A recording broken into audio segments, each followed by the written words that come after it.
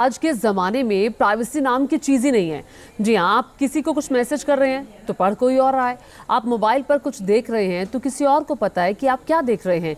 यहाँ तक कि आप आईने के सामने खुद से भी खड़े होकर अगर बातें कर रहे हैं तो कोई और सुन लेगा। तो वो कहावत है ना कि दीवारों के भी कान होते हैं, एकदम वैसा ही हो रहा है। कौन आपकी जासूसी कर रहा है, कौन आपकी बातें सुन रहा है, इस रिपोर्ट में देखिए।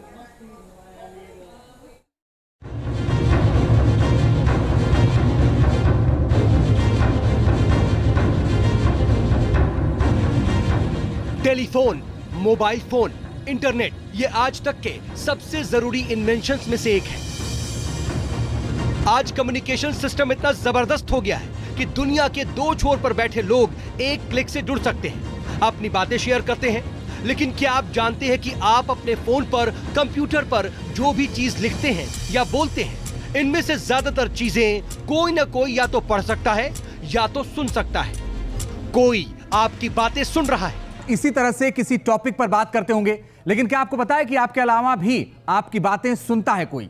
इतना ही नहीं, जब आप फोन पर भी चैट करते हैं तो आपको लगता है कि यह बात आप दोनों के अलावा किसी को नहीं पता, लेकिन ऐसा नहीं है। आपका फोन लगातार आपकी बातों को सुन सकता है, पढ़ सकता है। और यही वजह है कि कई बार आप जो बातें कर रहे हैं ठीक उसी चीज का ऐड आपके सोशल मीडिया अकाउंट्स पर दिखने लगता है।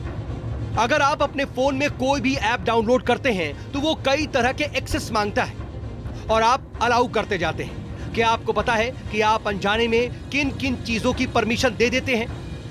एक ऐप के पास फोन में क्या access, mic, camera, speaker, contact, phone log, notification, location, photo gallery. इसे ऐसे मान लीजिए कि अगर आपने अपने दोस्त से जूता खरीदने की बात की तो आपके फोन में मौजूद ज्यादातर ऐप्स को ये जानकारी होती है कि आपको जूते की जरूरत है।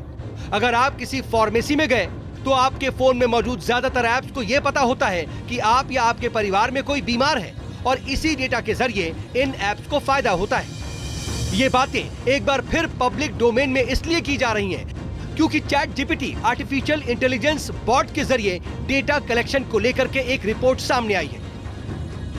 आर्टिफिशियल इंटेलिजेंस के जरिए डेटा चोरी। चैट जीपीटी एक ऐसी ऐप जिसके पास हर यूजर के हर सवाल का जवाब होता है।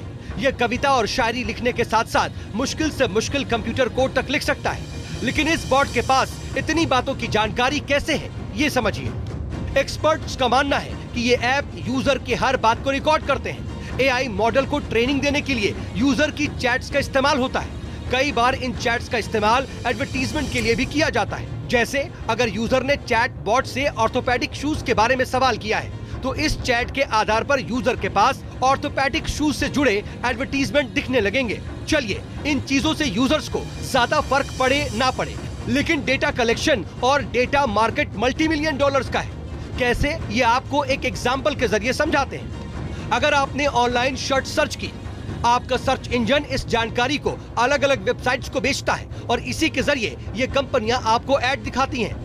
आपने जैसे ही इन एड्स पर क्लिक किया, ये कंपनी सर्च इंजन वाली कंपनी को इसका कमीशन देती है। आपके मोबाइल में मौजूद ऐप्स के पास आपकी क्या क्या जानकारी होती है, इसका अंदाजा आपको इस सच्ची घटना से हो जाएगा। एक महिला ने एक ई कॉमर्स कंपनी से अपनी सारी जानकारी मांगी। कंपनी ने इस महिला को 3532 ऑडियो क्लिप्स भेजी। ये ऑडियो क्लिप्स महिला के फोन से रिकॉर्ड हुई थी। इसके अलावा कंपनी के पास महिला का पूरा कांटेक्ट था। महिला की कई लोकेशंस उस ई कॉमर्स कंपनी के पास मौजूद थी।